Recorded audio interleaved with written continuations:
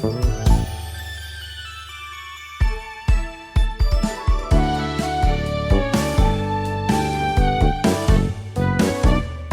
everybody. Welcome to RPG Cast, episode 817 for the week of July 27, 2026. I'm Chris Privateer, bringing you a lot of news. We were gone last week. Andi and I went to a romance author convention, and he got a lot of meet and greets done and talked to people, and then he had a VIP pass, so he got to go in early, and then he was going to call me to come, we could do lunch, and then I get to show up for the second half.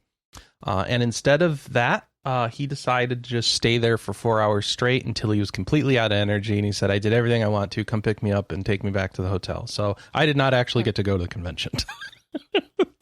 Which is fine with me, because it wasn't for me, but it was weird. I thought you had a lot of fun last year when you went down there. No, not this. I didn't. This is a new convention. We didn't do this. Oh, this is the literal. Yeah. This was the. Yeah. So next week we're going to Games Done Quick, which is something we've been doing the last few years. So we'll that'll be something I do get to participate in some degree. I cannot wait. Wear a mask. Yeah, we will. Yep. Okay, I'm reminding you because there was the one convention you went to where you did not wear a mask. And you got sick. I did wear a mask. I didn't wear it enough on that convention. Oh, you didn't wear it enough. Okay. Was this like that matters? Yeah. Am I muted? No. Oh. Was this mask incident post-COVID? Or? Yeah. Okay. I didn't want to wear a mask while playing board games with my friends at our table. But it turns out that was a mistake. Because one of them had COVID. No, they or didn't. Someone passing by had COVID. There you go. And whatever it was a bad idea. We did that. We did a new board game convention this year with that. Not the same place, but I did wear the mask the whole time, and I did not get COVID. So I've already redeemed myself to some degree. I can imagine you guys all touching the same game board pieces isn't very sanitary. Yeah, but that's not the thing we're really worried about, I don't think. Whatever. Yeah. As long as people wash their hands. Or not touching their face. That's the problem I have. I'm so fidgety I can't stop touching my face. Yeah, me too. Well, I'm glad you had a good time at the con. Oh yeah. Hi, Kelley, Ryan, and Robert Albright. Hi. Hello. I have had a very crappy week.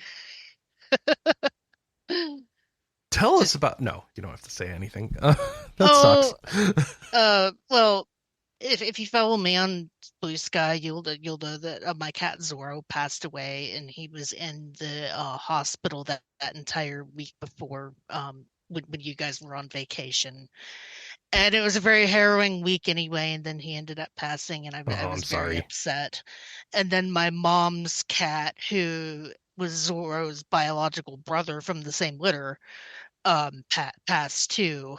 So we were like, why did all these kittens have an expiration date? And we just determined, well, they were the sons and daughter. They weren't pure cats. They were street cut. And I mean, honestly, who knows how inbred the street cats were, given that we have a bunch of ferals in our neighborhood. How old are they? 12. Oh, wow. That is young to die. Okay. I mean, it's up there. They had a good long life. It wasn't like, well, Ozzy died pretty young. He was only 5, but basically like every single one of them ended up having some sort of health problem, like either related to cancer or heart failure or whatnot, except for Joey, my sister's cat, who got sick at the beginning of his life, though he got sick because he fell off a banister and bruised his stomach really bad. And I joked, I said, I'm going to laugh my ass off if Joey's the last one, given how much of a headache he caused us when he was a baby. And lo and behold, Joey is the last one. He cashed in his 9 lives early, I guess. I don't know how the 9 lives things works, but cat distribution system, I have a slot open. if you want to just bestow me a cat. I'm sure you will come across one shortly. Yeah, I mean, we were kind of holding off a little bit, but Frankie kind of needs a friend because Zorro was our last boy, and while he gets along with the girls, I kind of want to get him a boy to wrestle with that's about his, well, Frankie's 3 years old. But Cyril, it sounds like Joey sold high. yeah. The others were holding. That's what you're supposed to do. It didn't work out. Like my GameStop stock. Yeah, Joey is a sweet cat, but he does not like to be messed with. And the other cats in that litter were like so tame and so do with me what you will cats. But Joey, because he was messed with so much as a baby, it's like once he's done being paid attention to, he will let you know.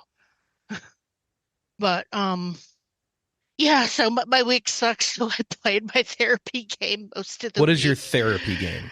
That stupid library sorting game. That is one of those games that's, especially if you're playing it without using magic to sort the library, it's basically a 3,000 piece puzzle. And doing that 3,000 piece puzzle kind of has that same.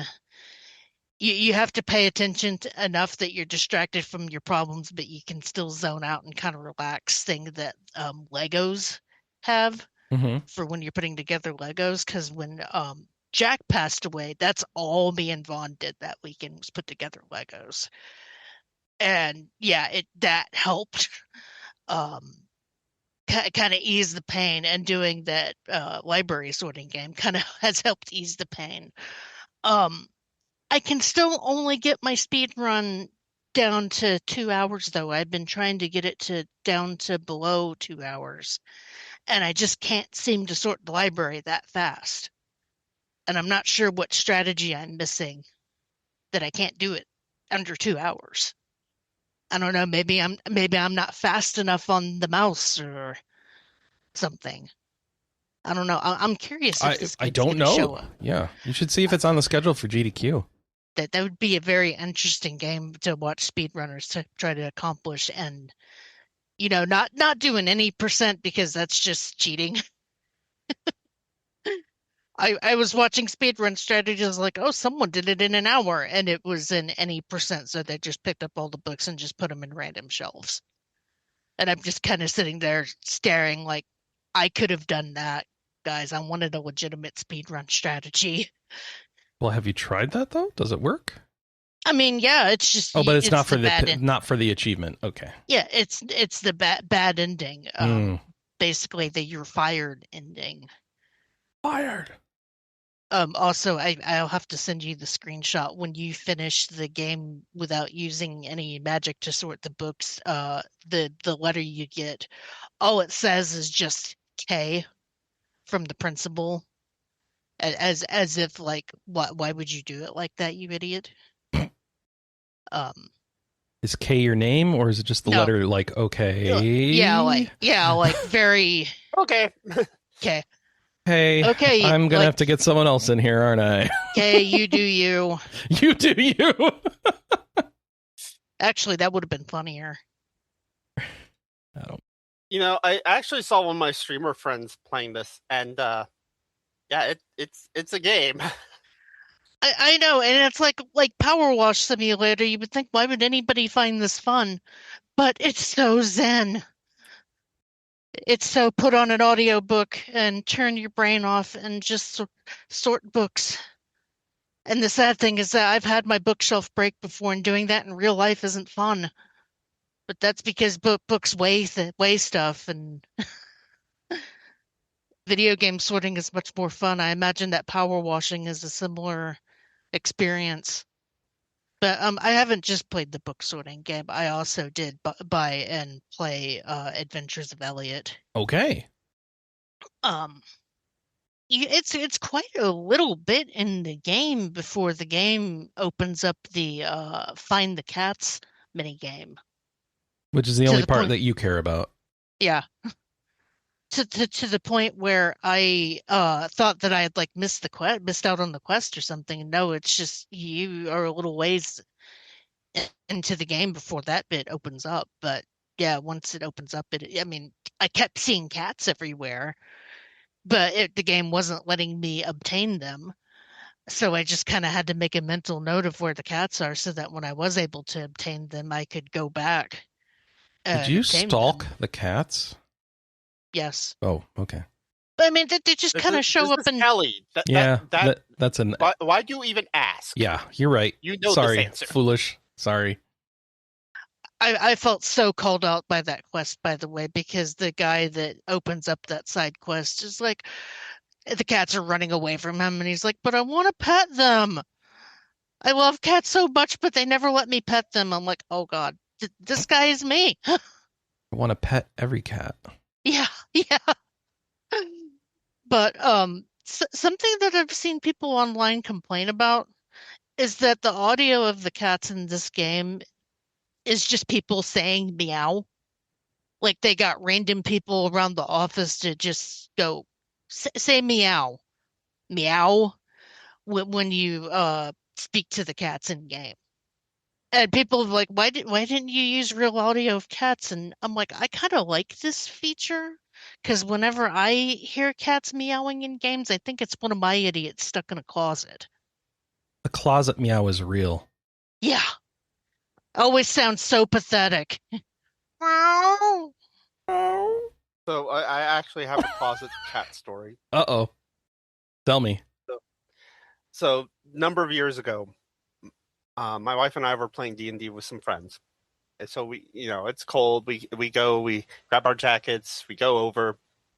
We get back like 12 hours later. We were known for marathon sessions of D&D. Sure. Yeah. Normal. We get back, we hear Shadow just meowing away, and we're like, where is he? Where is he? So eventually I open up our hall closet, and there he is. He was stuck in the hall closet from us grabbing our jackets. Oh, for 12 hours? hours. Oh. Give him treats. We felt so bad. Yeah. But he was a good boy. He did not pee on anything. Okay, good. Yes, that there was a couple of times when my old elderly cat Kiki, when he was still alive, would get left in Vaughn's office, and he would make his presence known.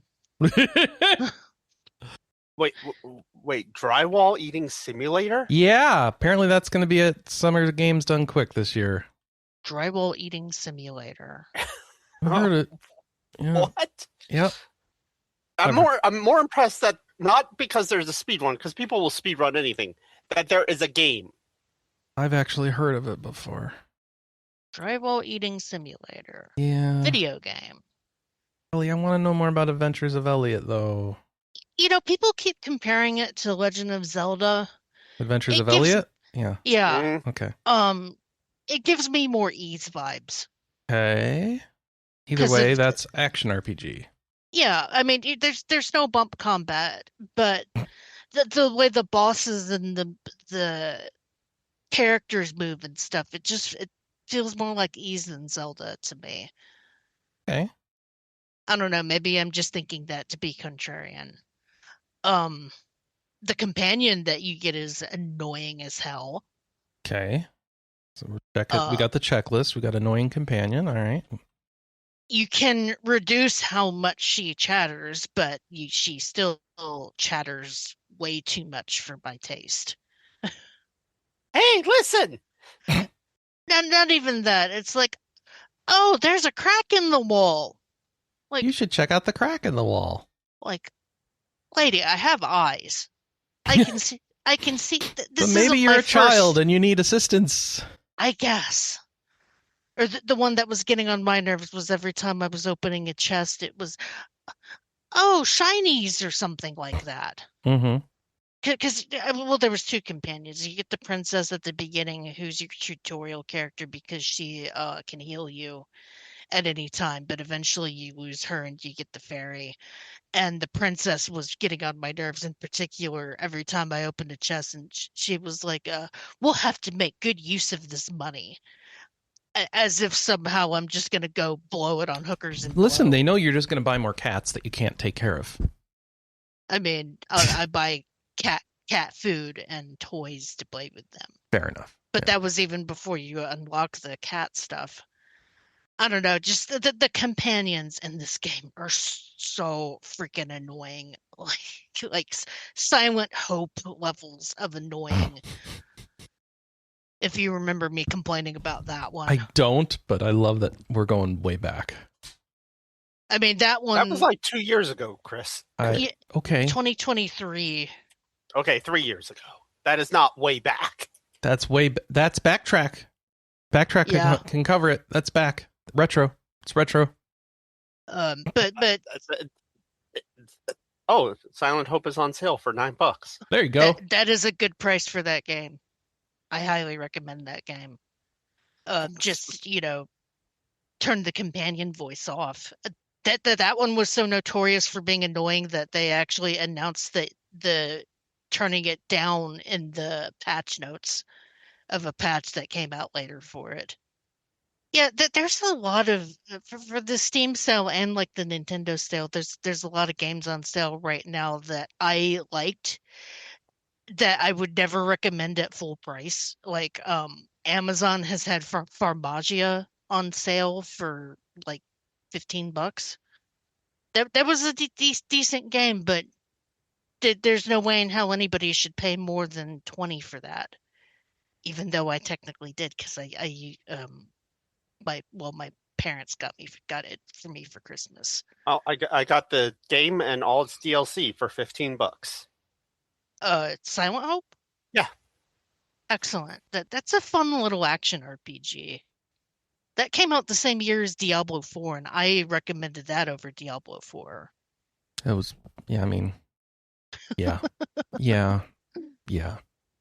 But back to current games. I'm having fun with Adventures of Elliot. I need to play more into it. I just keep getting distracted by dumb puzzle games. Dumb puzzle games.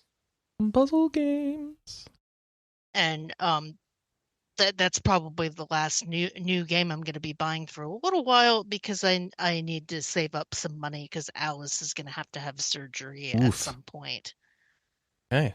She has a polyp in her ear that's causing her a lot Sounded of like you problems. said she's got Paul all up in here. No. I'm like, who's Paul? That's party. We have a Paul wall on our staff, but I don't think he's causing my cat ear problems. He is. We need to fire him. And I'll delegate that to Andi, the designated firer of people with specific names. And hiring of Ryans. Mm-hmm. Hiring and firing of Ryans. See, Chief Although Operating Officer of the Hiring and Firing of Ryans. So COOOHAFOR.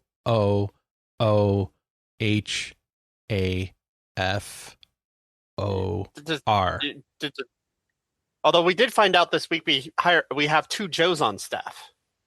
The COOOHAFOR. Andi, you're the COOOHAFOR. The Chief Operating Officer of Hiring and Firing of Ryans. Perfect. Okay. That is certainly a title. Yeah, but yeah, we totally found Andy out. just said I was born to do this job. But yeah, we were on Backtrack. Yeah, was it?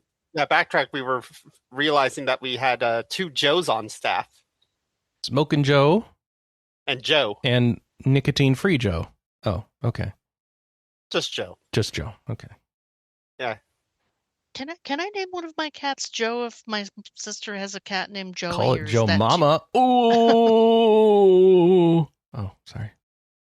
I really wanted to name a cat Joe the cat, but Joe the cat is a great cat name. What are you talking about? But my sister has Joey, and I don't know if you shouldn't do that. Yeah. You and your sister have enough issues sometimes. Maybe don't. I mean, it's not like it's a baby name. Okay. Which I'm sorry, baby name drama is funny. So funny. Especially when somebody gives another person a really bad decoy name and the person ends up using the decoy name because they're trying to piss somebody off. And it ends up backfiring horribly because, like, that's not what I was going to name my kid. I just told you that to throw you off the trail. It's like, ooh, this burn. is ridiculous. Is this a Reddit thing? Yeah. I can just go read hours of baby name drama. Yes. No. That does sound like a thing that would exist. Let me put it on my to-do list. it's as if somehow some people think that baby names are like MMO names, where once you do that name, that's it. I mean, there is a kid out there named Facebook. True. In Egypt. Anyway, sorry, that was a not a non-disclosure, a non sequitur. All right, are you all good? Shall we move on to I'm Tam? good. All right. I'm good. Hi. I'm somehow here. Did you play anything this week? Mostly Honkai Star Rail. Oh, still grinding through that, huh? Well, I made it through all the main story content. Uh-huh. And near about the midway of the most current story content, I realized that because I skipped some of the other like side story stuff, I was very confused. I was not confused by a few things, but they at least explained enough where I understood it. But I was missing some key pieces of information. Like at one point, there is a storyline involving a memetic virus. Yes, a meme is a virus. Does it make you talk in like memes? Banana. Is that banana for scale of how big the virus is? Or No, that's I the don't know virus. what we're talking about at this point. I'm very confused. Leonardo It is- DiCaprio, his arms wide. No. It's literally the virus makes you talk and can eventually maybe even turn you into a banana or into a monkey. A monkey. A monkey. Yeah, I'm sending you something. So it's Donkey Kong coded or something, or like what's going on? Why the banana meme? Because like I don't. Oh, they made up a meme for their in-world, didn't they? Okay. Yeah, it's an in-world, but it's also a virus. Sure. Yeah. And it's like if you watch, it's like The Ring, but the banana. If you watch the banana, you will soon become the banana or monkey or whatever. Yeah, but we had to use that virus to combat a different virus that was making us look like Sparksy. Gracious. What is a Sparksy? Am I going to regret asking? Sparksy is a character. Okay. Her full name is Sparksicle. Of course it is. Yeah. Of course it is. I guess they're doing more Fate Stay collab stuff. I guess. I don't know. I just found a video going over patch stuff. Yeah, this is all like that's all the next major patch coming. Okay. And but because I skipped the storyline about the memetic virus with the monkeys, I didn't fully understand what was going on, but that's Sparksicle. That's Don Hong. That's Evernight. The listeners can't see this, so you don't need to name them all. It's okay. They're on the stream. Yes, but that's like 5 people. The people who downloaded it can't see this, so like, you know. But I managed to catch up to the story. Some very shocking surprises on the current patches for like character. Spoilers. Oh, I see. Okay. Like major spoilers. I see. Involving one of the characters who's been with us since like the start of the game. Which there was like someone. I saw this YouTube short where someone was like, "Hey." They kind of hinted that something was different about this character from the very beginning. Oh, foreshadowing is a very powerful literary device. Well, it wasn't even foreshadowing. It was just how her shadow interacted with the world. It was literal foreshadowing. Oh, for goodness sake. Yeah, it was. I hate it. So, yeah. Tam, save me. Move on to a different time. So yeah, this was so I've definitely very invested in Honkai Star Rail again. I want to both thank and curse my good friend Lunalight, who started playing it on her stream, because she and I have been I've known each other for years. You're not responsible for your own actions. It's the streamers who've corrupted you. No, actually, Phenomenon was discussing this last night. How like sometimes you're watching someone stream something and you're like, you know what, I want to play this again. Or it's very normal. Yeah. This is how humans do everything. It could be watching someone play sports or having someone talk about knitting or I don't know, whatever else. This is Yeah. So watching her play it reminded me, like, you know what, maybe I should play this again. And I've actually really enjoyed going back to it. I posted a relevant GIF in our RPG Cast Discord channel. Oh, look at that. Continue in browser, please. Oh my gosh. I just want I linked to the post instead of, there we go. Banana. What? This is a long way for a stupid joke. I got Sid Highwind walking away from his plane, saying something about hazard play, and then he spreads his hand and it says banana on the screen. I don't get this at all. I don't know if this is an edit or if this is what happens in the game. Well, that was my edit. Okay. You'd never seen the Sid Highwind banana GIF? No. Sorry, I don't understand what's going on. I have missed the bananas. Unless we're like, is this all from Donkey Kong or so? Oh no, I got another link now. Hold on. So Sid spin. Okay, that's really good actually. It's Sid with his weapon replaced by a giant banana, spinning it around in a way that I don't think would physically work with a real spear. And then he puts it down and he rubs his nose like a Japanese anime character and says banana on the camera. I don't think that's what he actually says, but it sure looks like his lips say banana and there's a caption. The only other exciting thing for me this week though is I took my main computer into the shop last week. So and they've been working on it a week and they've not been able to get it like stabilized to like even boot or anything. And so I bought a new CPU to see if that fixed it. Oh, they can't try a CPU before you buy one? They had no spare. Okay. I mean, that's the whole point of a computer shop is for somebody to try and be able to diagnose like that. That bugs me, Tam. Anyway, did it work? But I don't know yet. But man. But considering it was one of those 13th gen, one of the bad ones that self-destruct over time, and the fact that I did have heating issues, mostly related to trying to run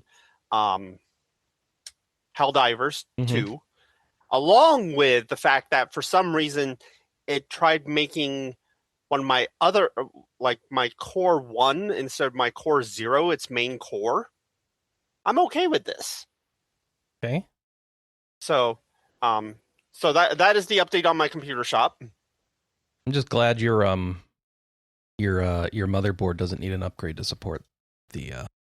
No, it was the same motherboard. Yeah. It was the same socket. So, but then the funny thing, the funny thing is I did have to drive all across town yesterday.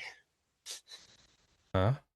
Because the Best Buy I was at didn't have, like, they were picked clean. So you bought the processor in person, but you were able to find one that's good for you. Okay, cool. Yeah. So the Best Buy I was at, they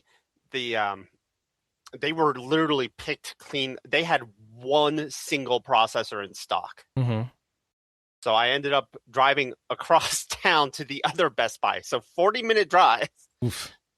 But you got it. You got it though, right? Yeah, and then take it back to the other Best Buy, which is closer to my house anyway. So I would have had to drive back across town anyways. Oh, because the Best Buy had your PC. So, all right. Yeah, one Best Buy had my PC. Doesn't that seem like something they should just do for you?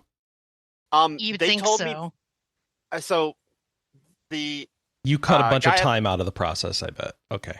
Yeah, he was like, if we request it from the store, which is something we can do, he was like, How long? Will take longer to get it than if you just drive over there. I was like, yeah, no, I've got the day off. I'll go drive across town. So I'm driving across town listening to the theme for Silver Wolf level 999, driving across the highway. I don't know what that is, but it sounds anime. Honkai Star Rail character. So, okay.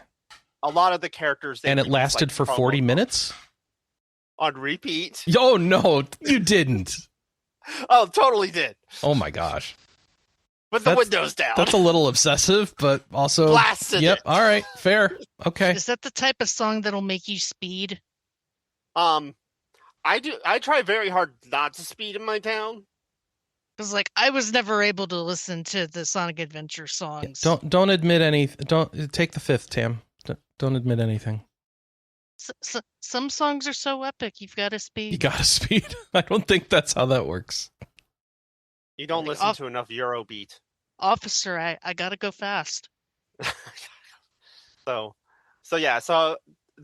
But I was shocked because I want to know the cost of the new processor I bought. And this is like a top of the line processor. I bought an i9 149K. $538. That doesn't sound too bad. With tax. Yeah, sorry, which one was it? An i9 149K. Well, but it's still a Gen 14. True, but it's at least one after their issue. No, but 14 is okay, Tam. Some of the 14s were also bad. You need to know that. Okay. But this is, I mean, considering how long ago that was reported, this is probably a new batch. Gosh, I wish you would confirm that, but okay, fair enough. Sorry, it was a 14900K? That's like a top of the line 14th gen, isn't it? Yeah, that's top of the line 14th gen. I know there's newer, now they have the Core Max Ultra whatever lineup, the weird named ones, but I don't know if your motherboard supports those. No, the motherboard did not. So. Okay. So you're just maxing it out with a new CPU. If nothing else, it'll last for a while and then burn itself up again. Actually, you have all the BIOS updates that should help. So.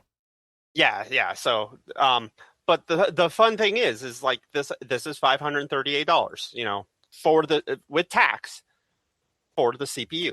Yeah. And you look at RAM, this is like less than half the cost of what RAM's selling for. How much RAM and what price? I'm not buying. You compared it to RAM. What did you compare it to? What'd you look at? I saw 32 gigs of RAM going for $1,300. That is way too much. That is insane. That is crazy. That is know. No. Also, that is the market right now. It sucks ass. All right. Sucks booty. Sucks eggs. Teaches your grandmother to suck eggs. There we go. People have been trying to plant bamboo around data centers to mess with them. Which is okay.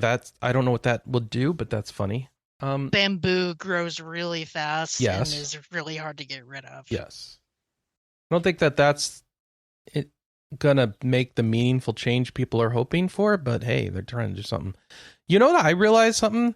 There's like the bad data centers that we know about that people hate that make all the noise and stuff.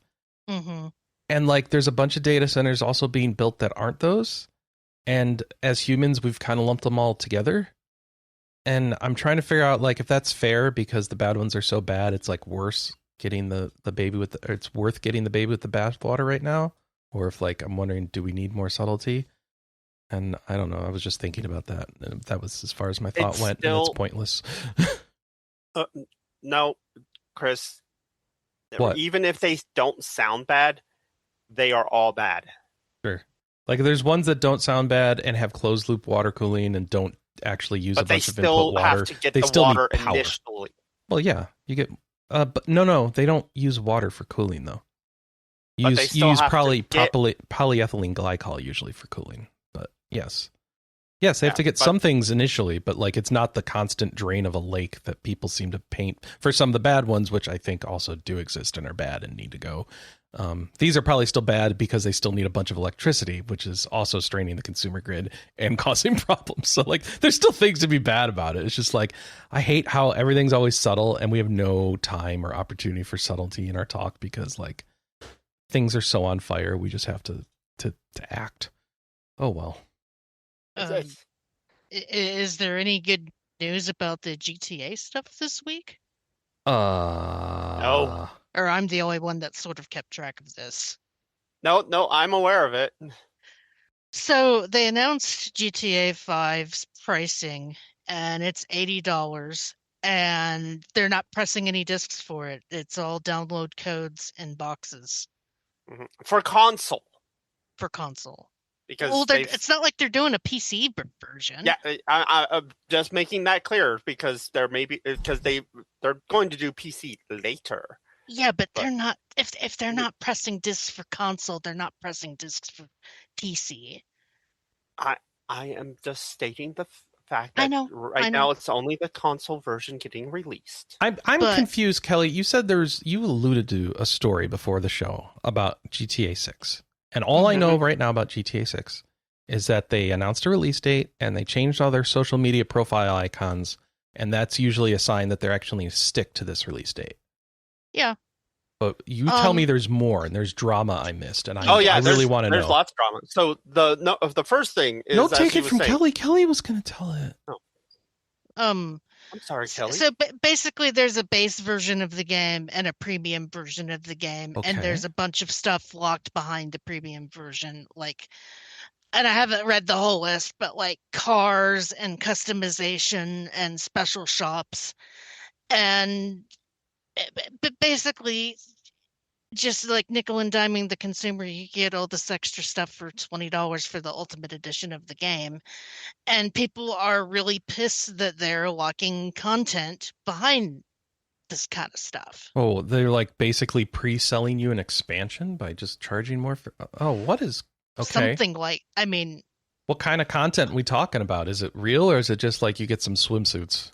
Like, what are we... It's a bunch. There's it's a bunch of stuff. Better look this up. All right. GTA 6 premium content drama. Okay. Lock specific in-game story mode features, and this is an AI summary, so please correct me if this is wrong, including exclusive vehicle customization shops, clothing stores, a tattoo parlor, and a side mission. Okay, so the swimsuits are one of the items. So, vehicle customization shops, who cares? Tattoo parlor, people probably do care a lot about, and a side mission. I wonder how big that side mission is, but this doesn't seem that crazy to me. Am I missing something? Is it more than the way this summary makes it sound? This content is in the game, but it is locked. It's in okay. So it's like BMW making you subscribe to your seat heaters. Like you already have it. Like why aren't you letting me use it? Yeah. That's fair. I agree. Weird analogy, but okay. Yes. I didn't know that BMW was doing that. They stopped because people did not like it, Kelley. But and I would be pissed too. My God. Yep. And with physical stuff, it makes more sense. Software is very common to lock out features based on upgrades, prices, and price structures. So it's really like I think people get disproportionate. Like I understand that they are upset that traditionally gaming didn't lock things up in this manner, and that this is a new trend we don't like. And the best way to tell them you don't like it is to not buy it, right? So do all that, but also this does seem in line with very long time established practices in software industries, just not necessarily gaming. Though actually gaming does this too. Gaming's always done special editions with more content, and then they release it later as like free DLC or paid DLC, right? This just seems so much more blatant than just putting a couple of costumes behind a collector's edition. It also is 100 versus what? What's the main normal price? 80. So yeah, if it was 100 versus 60, I think that would make it even worse. But so the real problem though is as soon as I make that argument, I realize, wait a second, does that mean I'm accepting that $80 is an okay price for a game? And I'm like, I'm not accepting that. That sucks too. Why is the game starting at 80 and then the premiums at... Yeah. So like, I think this is just like a reality check and everyone's like, wait, this is the industry now? No. How many years do we not buy it for it to go away? Chaos, I got bad news for you. Just because you're not buying it doesn't mean most people are not buying it. They are buying it, and that's why it's not going away. And that's what I was wondering about is like if Ubisoft or EA did this, the game would tank. Mm-hmm. I don't think that's going to be the case with this. Yeah. Well, I think Ubisoft has the tail end of a very long PR problem that would cause that, and they also put out a lot more games of varying quality. Rockstar puts out a game once every 35 years, and it's a game people play for the next 37 years. So, like, I don't know. Because I have no idea if GTA 5 even has like the same online mode stuff that 5 did. To be honest, I don't think they've really done a good job of illustrating features for this new GTA. other than that you play as a guy and a girl. All I've known is that it's coming out at some point, and this week is the first time that they've really talked about anything other than it's coming out. I don't know. I thought it was an interesting discussion. So that's the extent of the drama? They didn't do like any responses or anything that people hate, or They came out and said they have no plans to press any discs. oh, it's all digital. Yeah. Yeah, full digital for console. People are pissed about that too. Mm-hmm. But so this is really funny then. GTA has set itself up as the embodiment of everything that people hate about the direction of game sales and pricing right now. And yet, it seems like they probably will succeed because of what game it is. And then the signal that's going to send to the rest of the industry. Basically, this sucks, and it's going to start a trend that'll take years to fix. That sucks. I mean, to be fair, GTA games are known for having a lot of content. This isn't like Activision charging $80 or $100 for a premium version of Call of Duty that has like a 6-hour campaign, and you're done. I'm just pointing that out as devil's advocate kind of thing. I'm sorry, I was responding to something in the chat. What's the devil advocate position? That GTA games are known for being packed to the brim with content. And so even if you don't get this one side mission, who cares? Because there's so much more to do. Yeah. That's a take.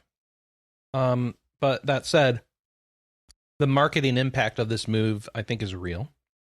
Yeah. And people don't react to people don't have the game in their hands, so they react to what they can see and what's been quantified. And the only thing they can see is that there's a mission they're not going to get if they don't pay up. And so that feels bad. But also, it's Rockstar, so I think they're going to get away with it. Yeah. Yeah. Oh. Because Rockstar, I mean, they're putting out a game with a lot of content. They could probably get away with a lot of stuff. And like, even if people don't pre-order it, then it's going to come out and all the people who played it are playing it, and it's going to do the thing we talked about earlier where people see a thing and like, well, I want to play that now. Mm-hmm. What I would be curious about, and I feel like I'm wishing on a monkey's paw, but I want to see it happen. I want to see Nintendo try to pull off something like this and see if people will get mad or excuse it. I think with Nintendo, you would see a lot of both. Yeah. Because you remember Tears of the Kingdom being Nintendo's first $70 game. Mm-hmm. And the kind of discourse that created. I mean, let's be clear. Nintendo paved the way for the higher game pricing this gen. Yeah. Yeah, with Mario Kart. Mm-hmm. But Nintendo also came out with a story recently that they just gave their whole staff a 10% raise. I like Where that. Rockstar is being sued for anti-labor practices or something. Yeah, for like union busting or something along those lines. Something with unions. Chaos says, I blame Outer Worlds 2 for more expensive games. I thought they dropped the price on Outer Worlds 2. They walked back. Yeah, they walked that back, man. And then they let Nintendo take the first punch. But I mean, that's the rub. Would you pay more for games if you knew that the devs were getting their fair share and not the Kotiks of the world getting their fifth yacht? No. I want both the devs to get their fair share and me to get a fair price, and that it not be about the company making enough money for stockholder investors. I want companies to be private. Yeah. I can't make that happen. I can't fix that. I can't cause that. And it's unrealistic. It's not going to happen. So right. But that's what I want. But I guess I'm weird. And I mean, the way that you can do a little bit about it is just buying and supporting indie stuff. Make them into the millionaires. And then they turn bad on you. Here's the thing. Like, even then, we've seen several indie devs who've then gone mainline, and then they're just as bad as everybody else. We've seen that. Not everyone. Not all indie devs. Not, but we have seen it happen, or we've seen some of them. The thing is, they were already bad. They just didn't have a loud platform. Yeah. Remember, money doesn't change you; it just shows people who you really are. Oof. Oh man, we're going super political. We should probably we haven't. I don't think we've hit political yet, but we are going places that we probably should move on to. Question of the week. Yeah, which was, do you want them to make a 3D, 2D remake of the first 6 Final Fantasy games? We had a few responses. So Shaman wrote in saying, I'd be interested in the Super Nintendo trilogy 4 through 6, but I'd be way more interested if they did HD 2D version of 7 and on. Interesting. That's not going to happen since they're literally in the middle of a remake of 7, right? Right, yeah. Almost done. That's fair, yeah. The thing with the PlayStation ones is that they would have to completely rebuild those games from the ground up. Yeah. I mean, they've kind of been doing that anyways. Imagine how good it would... Well, I don't know if it'd be good, actually. But 8 would be weird in a 2D HD setting. I think I would say that. How would that work? Yeah, see. Strawberry Eggs wrote in is... I think that's supposed to be, I'd be most interested in HD 2D versions of 5 and 6. I don't know if I'd play the first 4 games, but if they want to remake all 6 of them, I'd welcome them, if only as an excuse to replay 5 and 6 in a newer style. Oh, by the way, someone did confirm last night that the pixel remasters, all of them were built in Unity. Yeah, okay, I said cool. that last week. Thank you. Oh, okay. Yeah. Well, this was going to Chris, who's like, I didn't remember, and I should have known because I did mods that were very much Unity focused, and so I was in there, but I just didn't remember. And then Scar wrote in saying, I just played through the pixel remasters of the first 6 titles. Give me some D-makes or something new. Now we want D-makes of the first 6 titles, so we want them to be on Atari? Is that what that would be? Instead of NES? What is the D-make of Final Fantasy 1? Have you ever seen the NES version of Final Fantasy VII? No. Have I?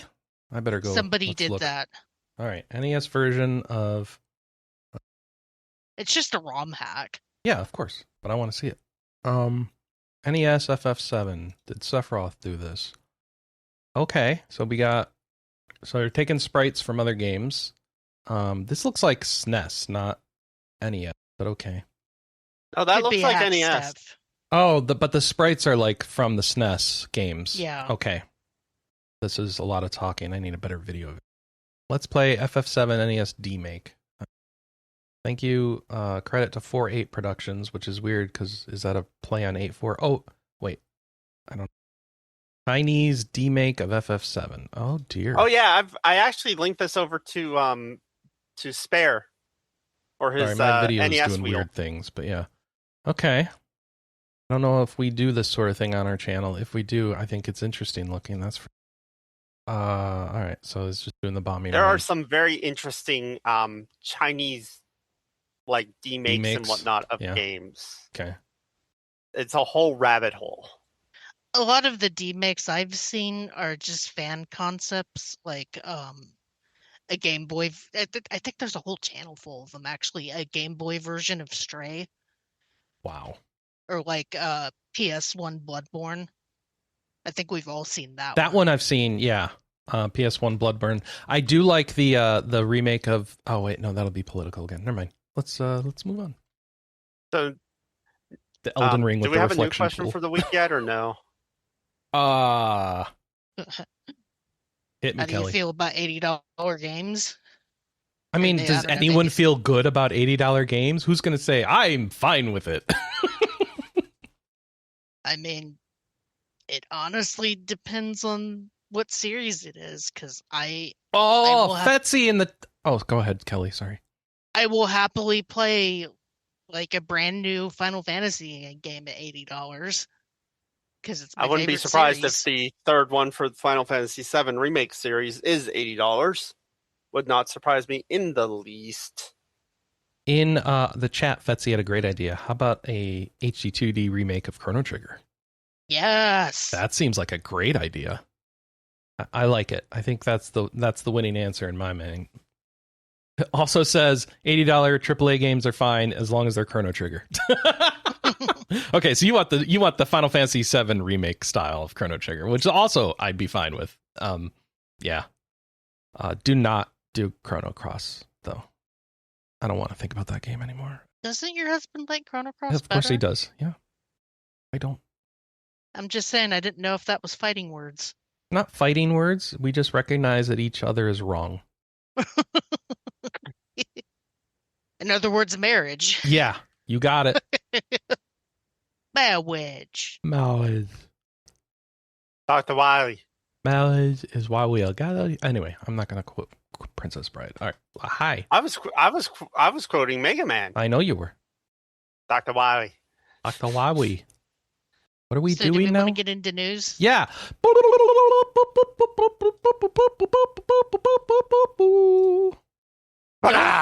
Dolot Town adds Steam Workshop support. Mm-hmm. It's a new Steam Early Access update to Dolot Town that adds full Steam Workshop modding for this 2D farming sim. Neat.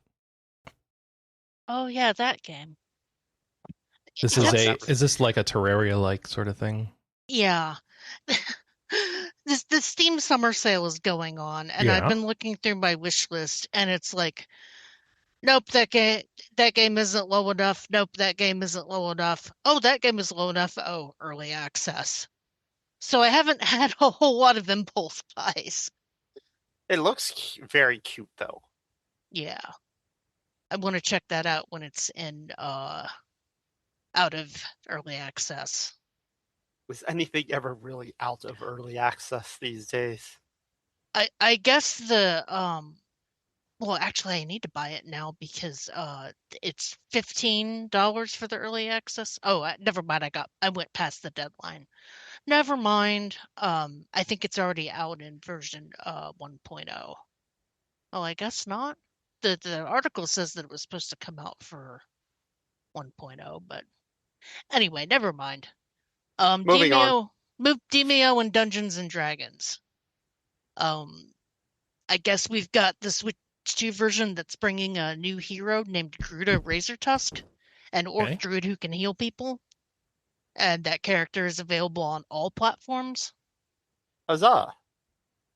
We've got the English voice cast revealed for Persona 4 Revival. All right. What do we got? I don't recognize any of these names. Me neither. I'm glad I'm not alone. Okay, well, so we actually were. I don't know the guys, but I do know that Brianna Knickerbocker is actually a very common voice actress in many games right now. She actually does voice in Nikkei as well.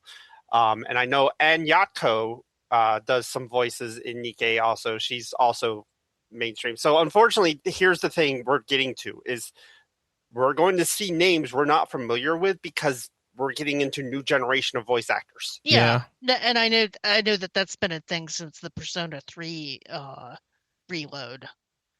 Yeah, so I at least can Ann Yatko is actually Brianna Knickerbocker. They're both actually very good voice actresses. I've seen them in a couple different things. So I don't know the guys though. Or Ari Thrash. I don't know hers. All right. Cool. Next story. Oh, it also got a deep dive video, didn't it? Yeah. Many of the new gameplay and content additions include new arranged and full-length versions of the game's music and new tracks, graphical enhancements, a new guarding option in dungeons. Attacking an enemy afflicted with an ailment can spread to other foes. The baton pass system from Persona 5, that's going to be interesting.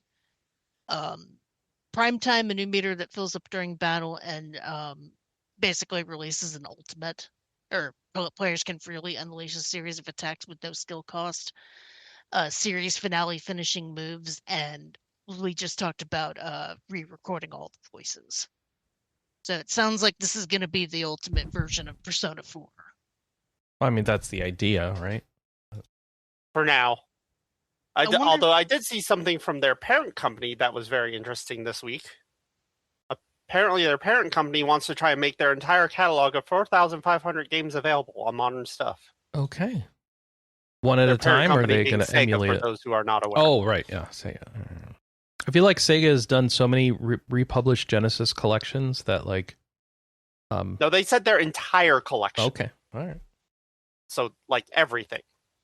Some of those games probably should stay dead, but... Mhm. Call me when you do Shining Force, Sega. Especially 3. Yes. Sorry, I'm still bitter about that. Let's see, moving on. Final Fantasy Tactics Evil East Chronicles update adds New Game Plus. So it added a lot of stuff, not just New Game Plus. It was a big update. Yeah, it was big. Let me... I actually just have it so I can open up. So yeah, New Game Plus feature, a Zodiac compatibility function has been added. You may now check a unit's Zodiac sign and compatibility from the status screen. Some adjustments when selecting a tile to move to or target with an ability. You may now check the status of a unit under the selection cursor. Remove all equipment. Job unlock conditions are now displayed more clearly for those currently locked. During battle, the camera angle and zoom settings are now retained for the entirety of that battle. New settings, the maintain auto proceed setting for cutscenes has been added. The ability incantations guaranteed setting has been added, which ensures that dialogue spoken when using certain abilities is always performed. The ability cursor menu setting has been added, which retains the cursor position in the abilities section of the battle menu. Minor text changes were made in all languages. Certain sound effects have been adjusted. Overall stability has been improved, and other minor issues have been resolved. And it also added new languages, simplified Chinese, traditional Chinese, and Korean. A lot of stuff. Yeah, so yeah, it was a big update. Tomo Endless Blue Switch version has been confirmed. This is a voxel-based open-world RPG that's also coming to PC, Mac, and Linux, and has reached its funding goal. Looks kind of cute. I see that that's like a little rat that you're playing as. Yeah. Did it Who just knows what- Bowser that boss? I think it did. Yeah. But this is when? We don't have a release Kickstarter, date. right? So who knows? Yeah. I guess this is part Minecraft, part Pokemon. Mm-hmm.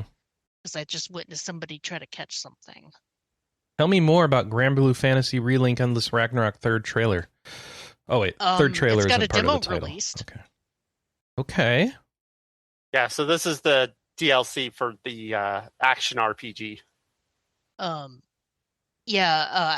guess the developer provided details on how players will be able to unlock the new Endless Ragnarok story content.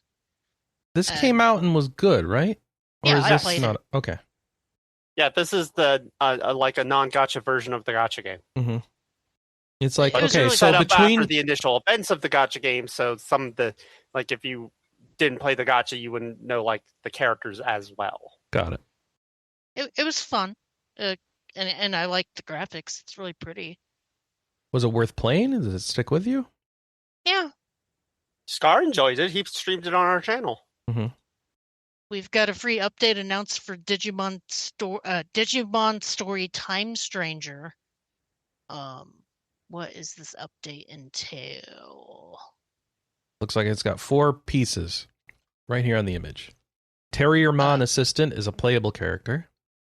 Photo mode available during field exploration. A screen to check Digivolution conditions in the Digi Farm. And graphics selection between like performance and quality. When's this patch out? Already out, I assume? July 9th. Oh, July 9th and July 10th, depending on your console. Right. Okay. What else? Keep the Titan hits Quest, coming. Titan Quest 2 Chapter 4 update is available now. Oh, I have this. I wonder if I Adds should the play game's it. 4th chapter, taking players to the Wildlands. It also raises the game's level cap to 55, as well as adding tier 5 passive skills and additional relics. Is Titan Quest a Diablo-like? Yes. Okay. Has Chris played it? No. I played the original Titan Quest. It didn't stick with me. I didn't play it when it came out. I played it much later. And so it just was like, this feels slow. But then this was announced. I'm like, I'm just going to buy it now. I know I'm going to play it eventually. People love the first one so much. Yeah. But it's still early access, so I'm kind of like not worrying about getting to it yet. So there you go. I'm going to butcher this name. Baractal, Will You Trust Your Party gets a new update and a Yigdar Union crossover. This is the board game style RPG called Baractal, Will You Trust Your Party? An Yggdra Union crossover. Is it made by Sting? It's made by Sting. Okay. Oh, okay. Well, that makes more sense. Oh, the game's 20% off now. Yeah, it's a board game RPG from what it looks like. So there you go. If you wanted to have Yigdar Union characters in your Sting game, now you can. Huzzah! Yay. A story for you, Tim. Honkai Nexus Anima closed beta starting in July. Yeah, no, I looked this up. This is not really up my alley.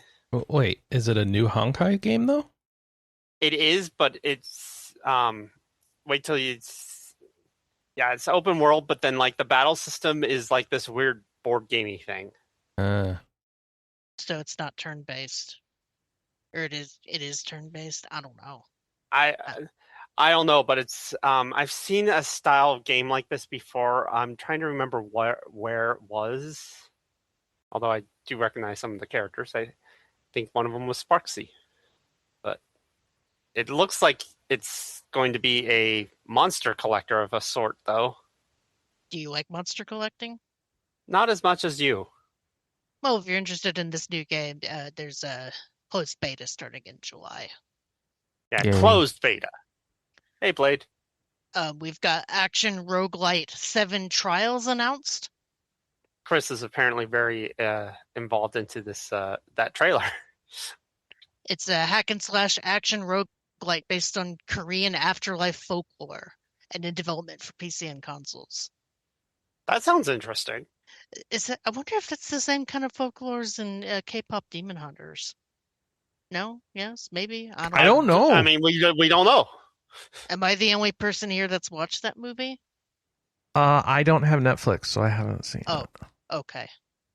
It's really I've good not watched movie. it. I've heard it's fantastic. I just hasn't made it to me yet. Well, anyway. This game's going to have Korean afterlife folklore and is in development for PC and consoles. So there you go. NeoWiz Sane Nut Studio reveals Wind Up Dead Man. Okay, NeoWiz and Sane Nut Studio, 2 different studios. NeoWiz is more of a publisher. They do make some games, but they're mostly a publisher. They're another, NetEase, Netmarble, Tencent. Yeah.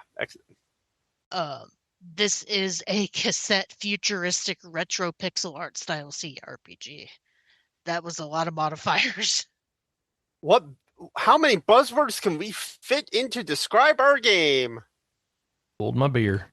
I've never heard of cassette as a describer for a gameplay style. I know, right? Yeah, but this has lots of like audio cassettes. I don't know what they're going for. Oh yeah, he's literally got like an audio cassette above his ear.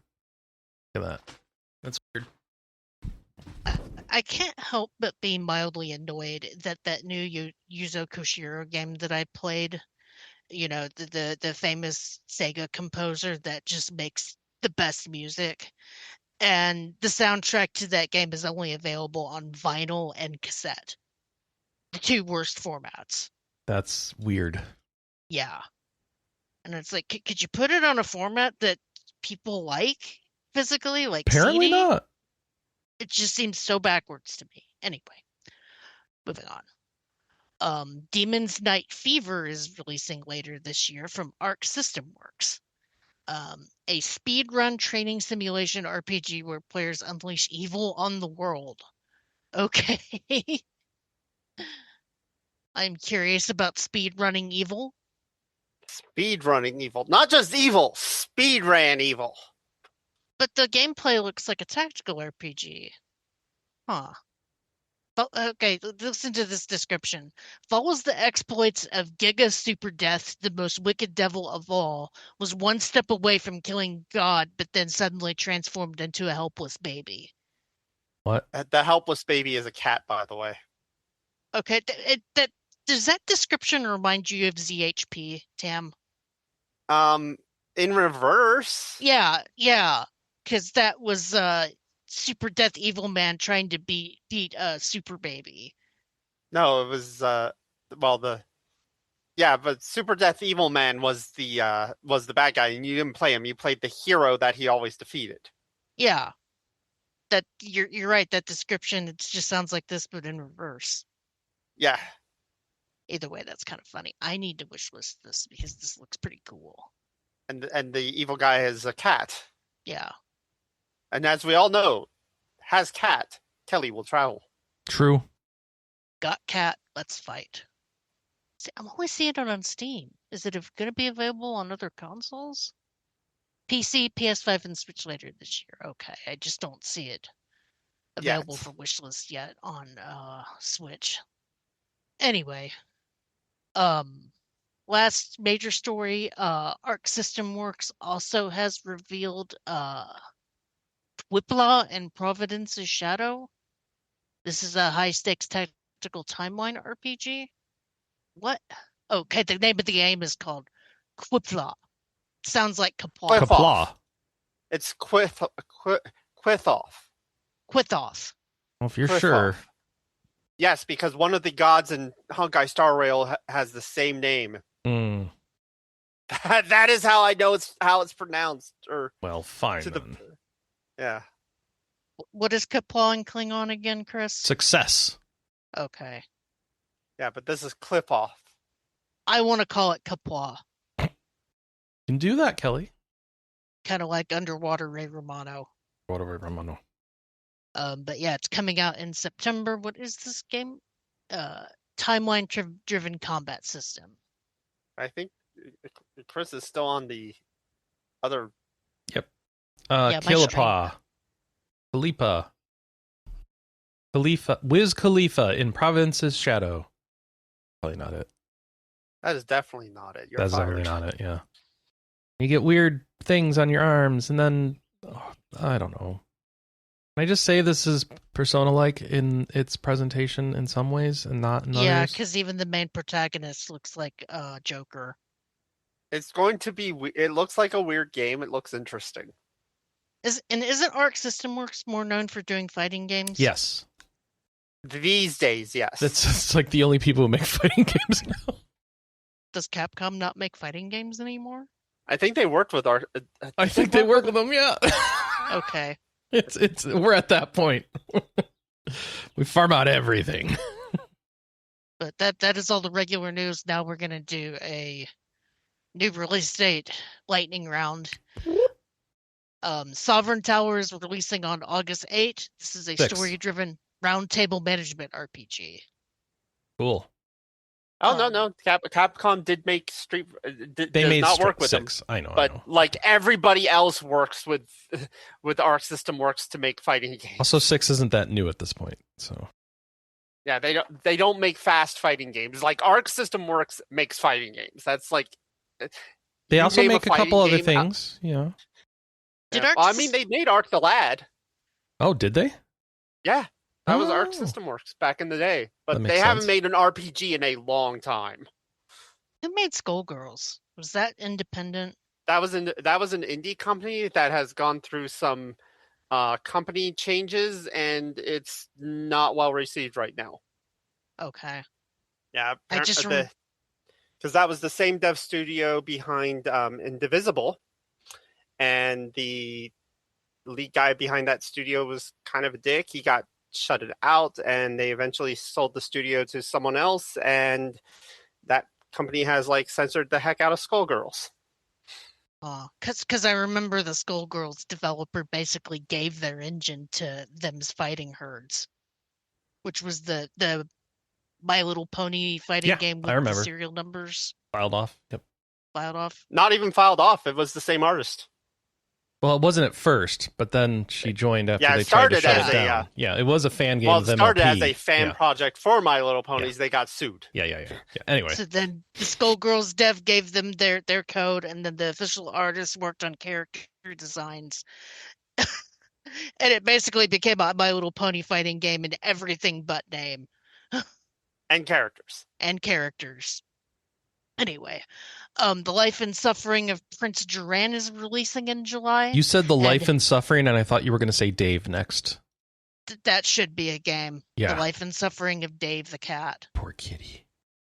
The kitty is actually well cared for, and it's not suffering at all. But he's just dramatic. That's the joke. Mm-hmm. But I guess Duran is worthy of suffering. The RPG is coming. Oh wait, no, sorry, wrong. There's a demo available now as part of Steam Next Fest, and will launch in July. Relic: The First Guardian is hitting PS5 and PC at the end of July.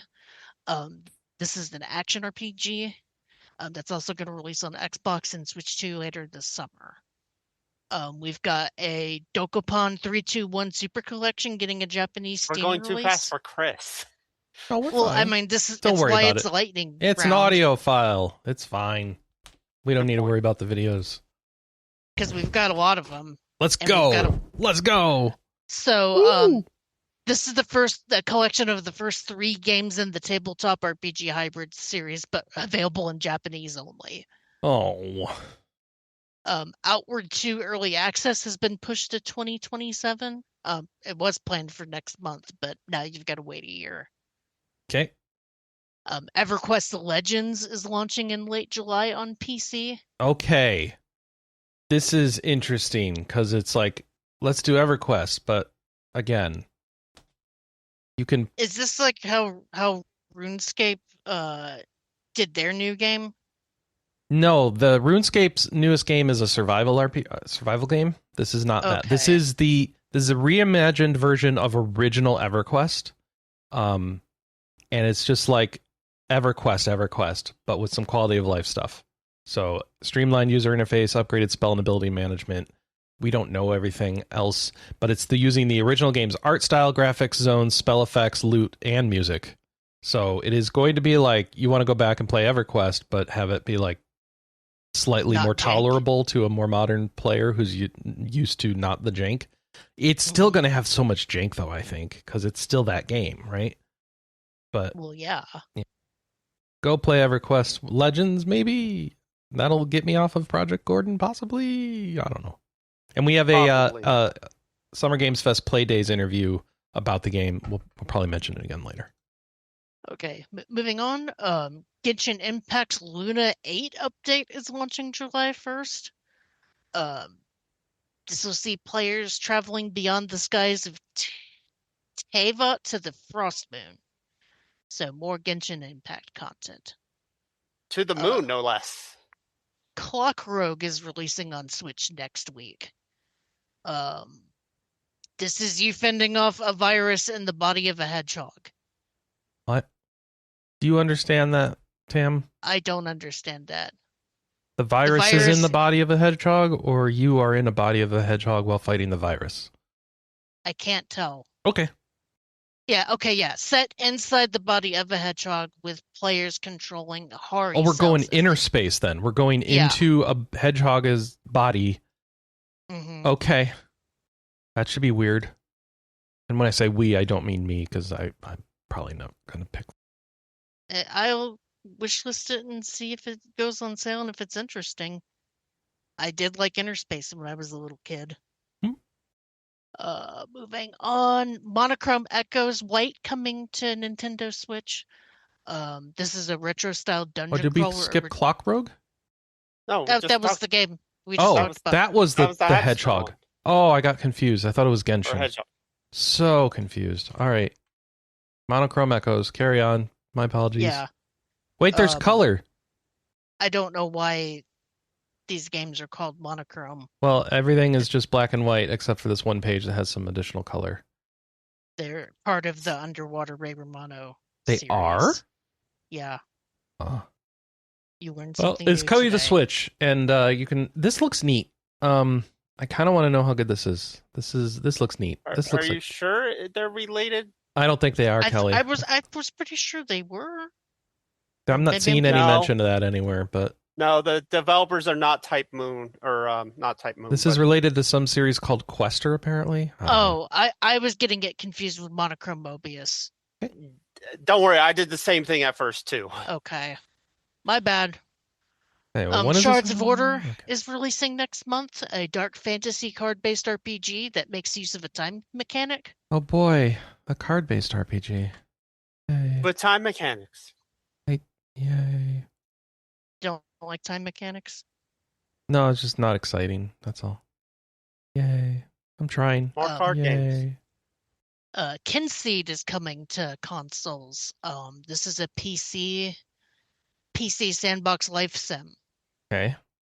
It was originally released on Steam. I have it wishlisted. I have not bit yet, but now I might hold off because now I could play it on my.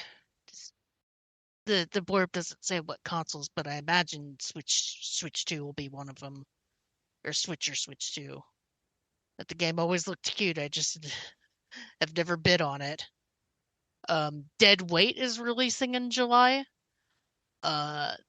This is a roguelike tactical RPG that sees you exploring floating islands and facing off against ancient gods. We've got Enshrouded fully launching on PC and PS5 in October. It's the version 1.0, and the full version will be available on PC and PS5 with Finally Xbox. out of early access.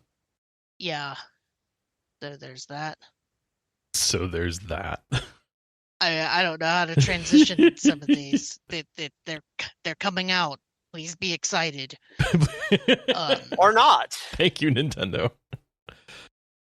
Absalom is coming to Switch 2 in September. And will be on the physical cartridge. Hey, cool. Well, Absalom there was a 2D. Yeah, 2D RPG? side-scrolling action RPG. You could do like some multiplayer. I think just 2 people, but people liked it. So I heard good things.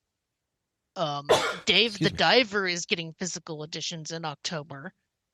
Interesting.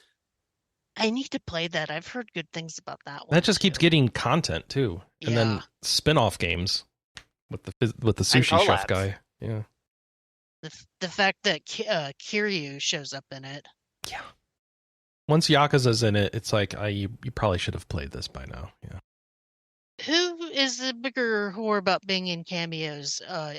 Kiryu or Shovel Knight? Shovel Knight. Actually, it wasn't Kiryu. It was Ichiban. Kazuma or Ichiban? Yeah, Fair. but still Yakuza. Like a dragon. Like a dragon. I'm glad you picked up what I was going for there. Like, oh my god. Again. As if. As if. Warhammer 40K. You don't pull it off as well, Kelley. I'm sorry. I can't do that. It hurts my heart. I have no shame. Fair. Warhammer 40K Rogue Trader is getting a physical release for PS5 and Switch 2. Okay. We have a review of this from Dalindar. I don't think he cared for it that much, but he was also playing a very early version of it. Yeah. So I'm sure that it will be the most up-to-date patched version. everything is surely fixed now. Yeah. Yeah. Uh-huh. According to my coworker who I talk games and anime with, it's pretty good now. All right then. He was actually playing it the other night when so Owlcat decided to release their own launcher. No. Yeah. Why? Yeah. Oh, they so that way you could have access to all your Owlcat, RPGs in one place. All three of them? Like, what do I need a launcher wait, for? Sorry. It gets better. They discontinued their launcher 19 hours after launching it. Wait, what? Why? What happened? It was it didn't work right.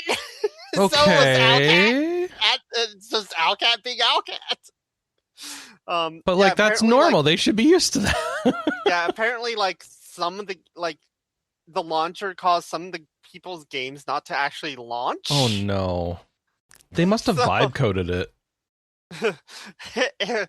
No, think about it. This is Owlcat games. This is you're right. Vibe coded would have worked better, probably. Yeah.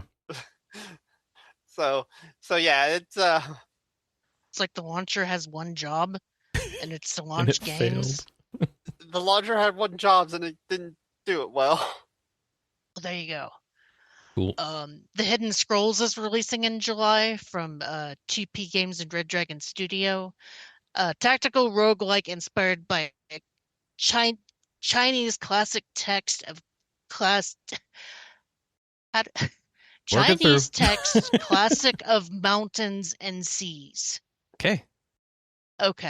Chinese classic text. The title, Classic of Mountains and Seas. That was very hard to say. I'm sorry, that sentence was worded confusingly. The Witch's Bakery is coming out on August 20th. 2D adventure life sim featuring a witch and a cat and a bakery. So you're getting it? Maybe. So this thing was heavily marketed on an influencer marketing network that I watched a little documentary about. It sounds like they're pretty crappy. But you've probably seen videos for this everywhere because it was advertised on that network. So it's interesting. KS says they've never seen it. So never mind. Guess it wasn't marketed that heavily. But like, when is this coming? You said August 20th. All right. 20th. Yep. It has nothing to do with whether or not this game will be good, obviously. I've just thought it was interesting that I watched stuff about that. Cool beans. Next up. Veiled Shadows demo is coming in August. This is a party-based RPG inspired by Persona 4 and Yokai Watch. Okay. 2 games that couldn't be more diametrically opposed. Yeah. Mm-hmm. And yet someone is combining them. Mm-hmm. Such is the world. Combine everything. And I almost bought this, not realizing that it wasn't out yet at the time. Monster Hunter Stories 3 is getting its Rudy DLC side story, along with a new free update for the game. Now, the side stories for the other characters basically unlock different options for your party in that game, like being able to switch their weapons or monstie or whatnot. Does it say what you get for completing Rudy's DLC? Oh, and I guess he meets up with Naviru from the previous games. Ah, of course. The free update also features a higher difficulty version of the game's final battle for those with completed save files. Completing the new hard version unlocks royal monster versions of almost every monster in the game. I don't know if I'm going to go back to do all that, though. And yeah, the story does not say what you get for completing Rudy's DLC. I don't know. I hope it's something good. Anyway. Yeah, you got something, right? So. Yeah. It's more Monster Hunter stories, and it's a really good game, so I guess that's its own reward. Yep. I mean, can't be worse than Monster Hunter Wilds. I like Monster Hunter Wilds. That's the new one, right? Yeah, that's the one with performance issues. Yeah, see? That's where I was going with, Chris. Well, as long as you play it on a really beefy PC or get hopefully a tuned console port, you're fine. And yeah, that's it. I'm not gonna argue that one because you're not wrong. All right, what's next? Is it time for me to tell you what's coming out this week? Yes. It's a short Yes, list. please. We've got Dokapon 321 Super Collection, which we talked about earlier. That's from Sting. That's the little board game. It's got some crossover with their other characters. And then we also have Death Bulge, Battle of the Bands, which is a port, and it's coming to like all the platforms this week. And don't remember much about Death Bulge, but well, for you to know it's coming. So, party-based RPG where you fight things with music. Doesn't look like you have to do like rhythm things either. It just looks like it's quirky with fun looking characters, like they're all on a rock album cover or something. That's all I got. We have some editorial stuff. Editorial? Edit corporeal. I don't know what we're talking about.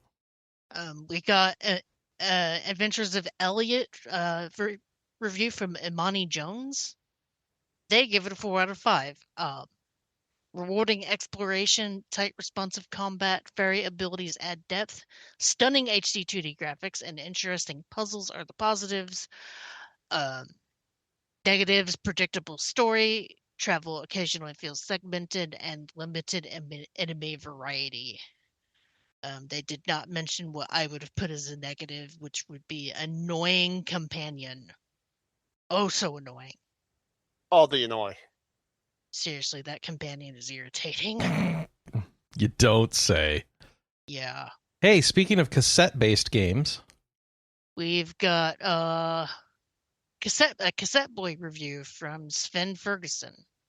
Oh, this was on sale. They gave it a 3.5 out of 5. Saying the perspective-based puzzles are clever and well-developed. The soundtrack combines chiptune sounds with modern mellow ambience, and it has a convincing pseudo-ritual visual. The negatives, no story of substance materializes despite some attempts, and the final act is marred by underdeveloped areas and a lack of direction. This is a Game Boy-looking game on, I think, the Switch. They reviewed it on the PC, but I have it wishlisted on the Switch, called Cassette Boy. From Austin Langer, we've got Terranoth Heroes of Descent as a review.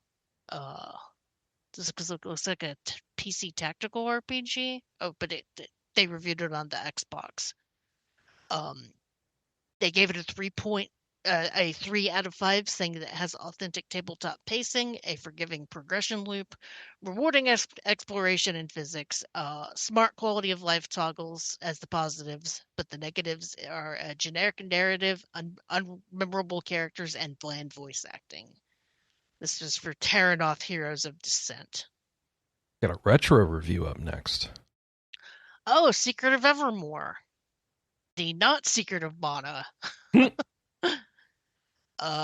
This was from Scar, aka Ryan Radcliffe. He gave it a 4.5 out of 5.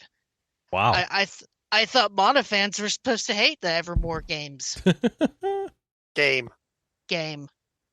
Well, also Illusion of Gaia, right? That's the other one that was out around that time. No, Illusion of Gaia is its own thing. Okay. Yeah. Illusion of Gaia is actually second one in a trilogy. Oh, all right. Never mind. Yeah, which is Soul Blazer, Illusion of Gaia, and Terra Enigma. Oh. Those were actually quests, as in the makers of Ogre Battle. dropping all this education on you guys. I at least knew this stuff. No, I knew this too. But, Chris has no clue. Okay, tell me about the greatest RPG, the remake of the end of the greatest RPG of all time, which is apparently not an RPG. Well, Scar gave Secret of Evermore 4.5 out of 5. It says it has a charming, lighthearted story. The dog is a great support character. The alchemy is fun, and the cameos are great. Negatives: music could stand out more, and no multiplayer. Or if you're reviewing this from back in the day, you give this a negative because it's not Secret of Mana. I still stand by the claim that Secret of Mana was never good. I mean, you can have that opinion. Yeah, it's my hot take. What else have we got? We've got an Adventure Corner, the remake of the end of the greatest RPG of all time. A fun subversion of how a continuous game development cycle can be, and how how seriously fan expectations can become in the gaming industry. Ryan Costa, aka Dalindar, did this one, by the way. I don't know why the name of this game sort of gives me vibes of the greatest song in the world from because it Tenacious D. sounds like that. Yeah. I think those are some really relevant vibes to get. Yeah. Yeah, no, I get that feeling. This is an I homage think to it's the greatest song. We don't remember the greatest song. This is a homage to it. But yeah. I feel it's a valid take. It also could be making fun of Mass Effect Mm. from what that description sounds like. I know, right? No, because Mass Effect just is Mass Effect. Well, yeah, but people famously complained about the. Yeah, we're talking about the game. fan expectations, Tim. Oh, Think about when okay. I start complaining about Mass Effect 3. You complain about Mass Effect 2, and you're wrong. I'm not going to do it again. I'm not falling for the bait. I'm not doing it. Going to get me. Why is there a cat staring next to the telephone, Kelley? Why shouldn't there be? Schrodinger's calls from Elena Ing. Well, there's your answer. It's Schrodinger. Oh, all right. It's involving Schrodinger. It's a visual novel set in the realm between life and death. Tells the story of the world's end from the perspective of the world's last confidant. I'm assuming that's the cat. I guess that. I don't know. This looks like it could be too sad. Or very deep. Oh, and I love that the caption on the picture of the cat next to the phone says the void is calling. Looks more like the void is about to answer. And the void says meow. We've got an adventure corner for Lego Batman: The Legacy of the Dark Knight from Iraza Hashimi. All right. I don't remember us covering Lego games before. That's pretty cool. I saw this and was like, wait, Lego Batman is an adventure game? Yes. Action adventure? They kind of are. Are they? I've played. Do you make choices and solve puzzles and have to do dialogue trees and I don't know. Yeah. Okay. Your puzzle is like you have to find the right bricks to build stuff. And, do I have to play a melody so I can open the door to get on the spaceship thing? Okay. Is this Myst? This is not Myst. No, it's not that type of adventure. It's more action-y. Okay. I was trying to play the Lego Supervillains game because it had Dexter, my favorite DC character, in it. Dexter is a Red Lantern cat. Okay. Yeah. Oh, we've got a Pride Month thing. Part 2. Cool. Is this talking about queer representation in games? Yeah, taking pride in RPGs, Part 2, being who you want to be. We're looking at the tail end of the LGBTQ+, the T and the Q, and everything else that comes with it. So this is for the queer out-of-place folks that make an active choice as to what fits them. So they've got games like Princess Kenny, South Park, and The Stick of Truth. We've got basically trans representation in games. Yeah. So we're talking about characters in different games that are like either halfway or non-binary or trans. So, and some characters you might not realize were. Lest we forget, Birdo is the ultimate video game trans icon. They were not in this article, and I'm sad about that. I will always count Birdo as a trans icon. Poison, too. Fair. We've got personal 2026 summer announcement highlights, stuff that some of the staff was excited about. Yeah, so this is just a long list of what people are most looking forward to. So you want to read it, find your favorite author from our site, and see what they're looking forward to and why. And then Sarah's Final Fantasy XIV FanFest experience. Nice. Lots of pictures and write-ups from that. Is this Noodle or Yeah. is it? Yeah. Okay. Yeah, so Honestly, I understand that, because even the other night when we were doing backtrack, I was like, "What's her actual name and not Noodle?" And even she was just like, "Yeah, I'm Noodle." So it's just like she's Noodle. Well, I thought that her last name was McGar, but No, she changed her last name. It's different now. Yeah. Okay, gotcha. That's why I was confused. Mm-hmm. But you can read about her experience at Final Fantasy XIV Fan Fest. I'll bet that's a lot of fun. So read up Sarah Ferry's experience there. And then we have an editorial. Scale versus Space, How Final Fantasy XVI Reclaimed the Cinematic Epic from Austin Langer. Reclaimed it from where, though? Guess you'll have to read to find out. I think 16 is a cool game and is very cinematic and also very much not normal Final Fantasy. Yeah, I agree. Well, 16's an interesting one because it puts Final Fantasy back in a fantasy setting, but that's true. Different enough from your conventional Final Fantasy that it's different. I don't know how else to describe it. And I've always said my favorite thing about the Final Fantasy series is that they are not afraid to experiment. And I appreciate them for that. Sometimes it works and sometimes it doesn't. Yeah.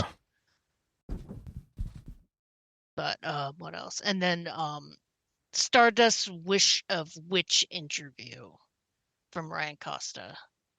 Yep. Interview with those devs, and you can see what's going on there. And then that's going to be the last thing, right? We've got a bunch of Steam Summer Game Fest stuff, but I didn't open those tabs. It's a bunch of interviews and news blurbs and other things. Are our show notes public? Yes, they are. If you're curious about some of those things, you can open our show notes on the page that we post this podcast on and read some of that stuff. Yeah, it's a very long list because we've got interview for Pedal Runner and Elder Scrolls Online, Aeon 2, 007 First Light, EverQuest, Grounded 2, Final Fantasy or Grand Blue Fantasy Relink. We got impressions for Onimusha, Phantom Blade Zero, Pedal Runner.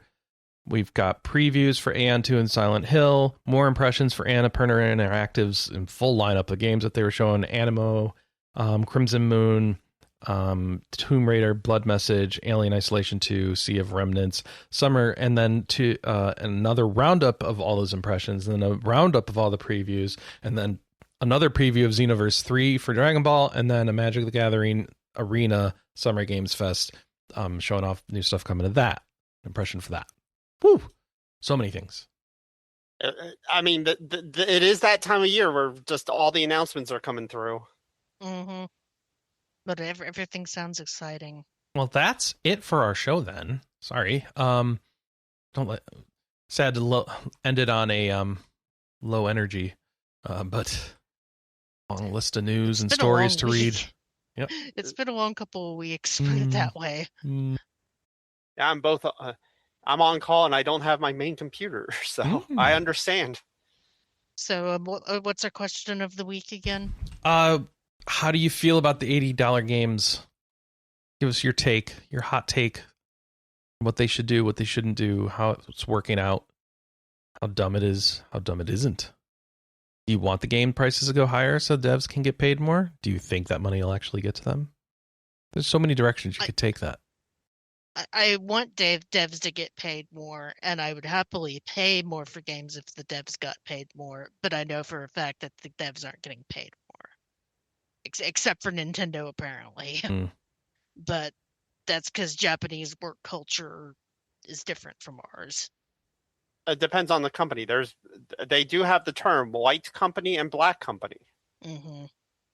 But at the same time, I also think everybody should be getting paid more, not just game stuff. But that's a whole other can of worms that I'm sure nobody wants to get into. At least not live. I'm more of the mind, like $80 fine, but then it's like they're locking content, and it's they're not even doing a physical edition where they specifically said, "Oh, we're only going to sell it to consoles." That is what pisses me off. Mm-hmm. I have no skin in this game because I don't really play GTA. I liked 5. I more watch my husband play GTA, and he always played it just for the lulz more than anything. Yeah. Well, I will say GTA 5 has probably one of the best video game conversations ever, where one of the character's sons is trying to explain what a trolling is. Wasn't that the kid from Pete and Pete that did that? Did that dialogue? I don't know. You are asking the wrong people to answer that question for you, Kelley. I'll have to look that up then. But what games, existing games, are we going to be playing? I'm going to play more Project Gorgon, but you already knew that. Because of there's a short work week going into Games Done Quick, I probably won't be starting any new games, but I do have a kind of a new hobby I'm starting I can tell you about. Oh, new hobby. I bought a new iPad. That's not the hobby, though I could see some people thinking my hobby is to buy new technology, and I wouldn't fault them for that, and I won't deny it. That honestly, that is where my mind went, Chris. I'm sorry. So I traded in my old iPad, and I got a 13-inch iPad Pro and an Apple Pencil. And I'm trying to learn how to draw, Kelley. I bought a copy of Procreate, and I said, all right, let's draw a picture. And I drew the dumbest picture of my cat that I should share with you. No, I'm happy that you're learning how to draw. That can be it can be frustrating, but it can be very rewarding. And just keep at it. I've been told the best thing I can do is find a character I'm a fan of and obsessively, repeatedly, never-endingly draw it. That is a good way to do it. There's actually an artist I know of, F_Subaru, who did a 100-day challenge of drawing art, one drawing a day, and they drew his favorite, they drew their favorite character from Nikke every day for 100 days. That's a lot of butt cheeks. Actually, it wasn't. Oh, okay. Yeah, no. There were a few that were a little on the questionable end, but most of them were very tasteful. It was of noise, so.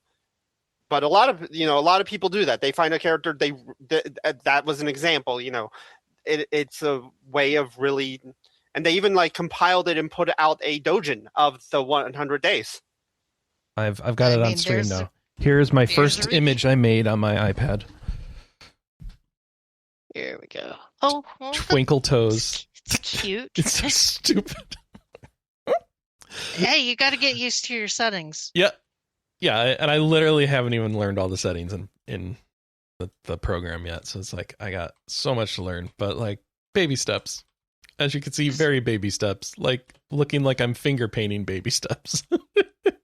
But there's a reason why the stereotype of the Sonic artist exists, because Sonic is a very easy character to draw, and that's why a lot of kids have Sonic fan characters. I didn't think about that. Good idea. If Sonic isn't up your alley, Mario's pretty easy to draw. The My Little Pony characters are pretty easy to draw. Oh, cool. It kind of gives you a sense of the scale and the shape of those characters, and then you can transition to trying to do more realistic artwork at any time. But yeah, and my desire is more cartoonish artwork anyway. So yeah. Because I realized that my mother-in-law's tablet was an iPad. But I don't know how old of an iPad it is, or if it'll be compatible with an Apple Pencil, because I kind of want to get into that environment. Do research before buying a pencil, because there are 3 different pencils, and they all have different lists of what they're compatible with. Yeah. At first, I just bought a Pencil Pro, because I definitely wanted the Pencil Pro, because it's got the proximity and some cool features and the squeezing and stuff. But it wasn't compatible with my old iPad. And I'm but this is what I want. So I'm going to buy a new iPad that's more artist focused anyway, by being giant. Where that takes me. Very And supposedly you can get nibs that feel more like pencils. I can get a and screen cover that makes it feel more like paper. Yeah. Yeah, no, Excellent. I know people that do webcomics entirely in Procreate. Yeah, and then once you get to the point where like, oh, this is real, then you got to walk them and do things differently with Clip Studio and whatnot. But I'm looking for the starter set, which is what I got. Yeah, and part of why I wanted to get into the Apple ecosystem of art is because Clip Studio charges like $25 a year to use on mobile. Mm-hmm. Which isn't And too bad. But is Procreate is a Procreate- one-time purchase. So Yeah, Procreate's a one-time purchase. now I just know that once you get to PC, people seem to vastly prefer Clip Studio. I don't know all the ins and outs, but art things that I have to learn or not learn because it doesn't matter. I'm not going to be a TikTok artist or what a Twitch. What do you call artists who stream? Just Artists who stream. Artists. Yeah, I'm probably not going down that road of career, so I don't know that I need to get super serious tools and stuff. I just want to draw a cat on my iPad every so often and reduce some stress. Because I tried to do the art streaming thing, and it was making me too nervous about drawing. Yeah. In front of an audience, and I realized what I liked about the streaming wasn't the drawing, it was the social interaction that came with streaming. So I say watch someone else's stream then, yeah. Or talking to you guys on Discord kind of scratched that itch too. Oh yeah, we could start doing that again if you want to, like the extra calls. Yeah, we'll have to see. I know that we would kind of run out of topics and then get awkward silence. Best way, baby. Let's awkward silence for the win. Life is half awkward silence once you get down to it, especially while you're both painting. Hi, how are you? Thanks for watching, everybody. I would like to thank people for watching, listening, whatever you're doing. If you'd like to see the show live, it's RPGamer. It's twitch.tv/RPGamer. And if a cat is available, I will have them on stream the whole time. And then get some cat vibes while you're watching. I would like to thank Alex Severin for putting in a bunch of our summaries for the show notes, and Kelley and Robert for joining me today, and you, dear listener, for watching. So, I'm just glad I didn't get called in the middle of a podcast. Yeah. Now, you asked me what I'm playing this week. I'm going to ask you what you're playing this week, Kelley. More Adventures of Elliot. What about you, Robert? Honkai Star Rail and Nikkei, because I don't know when I'll get my computer back, so I'm trying to keep it very low maintenance. We are all kind of stuck in our ways for a bit, it seems. Yeah. And Nikkei has its big summer event starting this week, so... And speaking of events, there won't be a show next week because Andy and I are going to Summer Games Done Quick, so we will be out there instead. We might miss 2 weeks of shows. I'm not sure how that's going to work out. That kind of sucks, but yeah, that's what we'll be doing. And sorry about that. But enjoy. Please watch the event and donate. That's kind of where I'm going to push you to. I don't know if anyone's going to do substitute streams. We'll probably figure out if we're going to organize that or if anyone wants to. And either that. We'll see you in 2 to 3 weeks. And I hope you have fun summer times. I hope you've enjoyed all the announcements and you got stuff to look forward to. And I hope you can catch up on your backlog if you can. Enjoy games, enjoy RPGs. What's up? Well, before we go, as far as content goes on our Twitch channel this weekend, I am out because, again, my computer. Mm-hmm. But Scar should be in tomorrow. We may not have Hairfrog because birthday. Happy birthday, Hairfrog! Happy birthday, Froggy! And then next weekend I am still out because I am actually working July 4th. Oof. But hey, holiday pay. Yeah, as I'm working like 7 to 11, so I'm going to be making mad money. Mad money. Because I get all sorts of shift differential on top of that pay. Excellent. Yeah. I feel like well, anyway, I won't talk about that now. Yeah, so even if my computer's back, no stream for me next Saturday. Cool. I'm salary, so I get paid the same no matter what I do. Yeah, same here. I might work on finishing up my Bahamut statue. Or did you guys know I was painting I a did not Bahamut know that you were statue? painting a Bahamut statue. Yeah, my husband got it for me for my birthday this Aw. year, and it is huge. It is literally called the Gargantuan Bahamut. Okay. Sounds big. I'll have to take a picture of a cat for scale. Banana for scale. Well, I don't have any bananas at the moment. Draw one. Which I know really undermines the purpose. Draw one and put it on a wall. I think that's Then I'll copyrighted. be a millionaire. Yeah. No. It's only copyrighted if it's a real. I'm sure if it's a real banana. But if Oh, you I see. draw your own banana, Chaos in the chat says, what Bahamut? And then we'll end. D&D Bahamut. D&D Bahamut. So what color dragon is that? Platinum. Platinum. Thank y'all. But I sort of have a Bahamut mood board Okay. with ones from the Final Fantasy games. And the one from Critical Role, which is kind of shiny and rainbowy. So we'll see how it turns out. Well done. Thank you all for listening. Check out more Twitch stuff as it comes up this weekend. We'll see you in a couple weeks. And I hope till then you have a good one. Goodbye, everybody. Goodbye.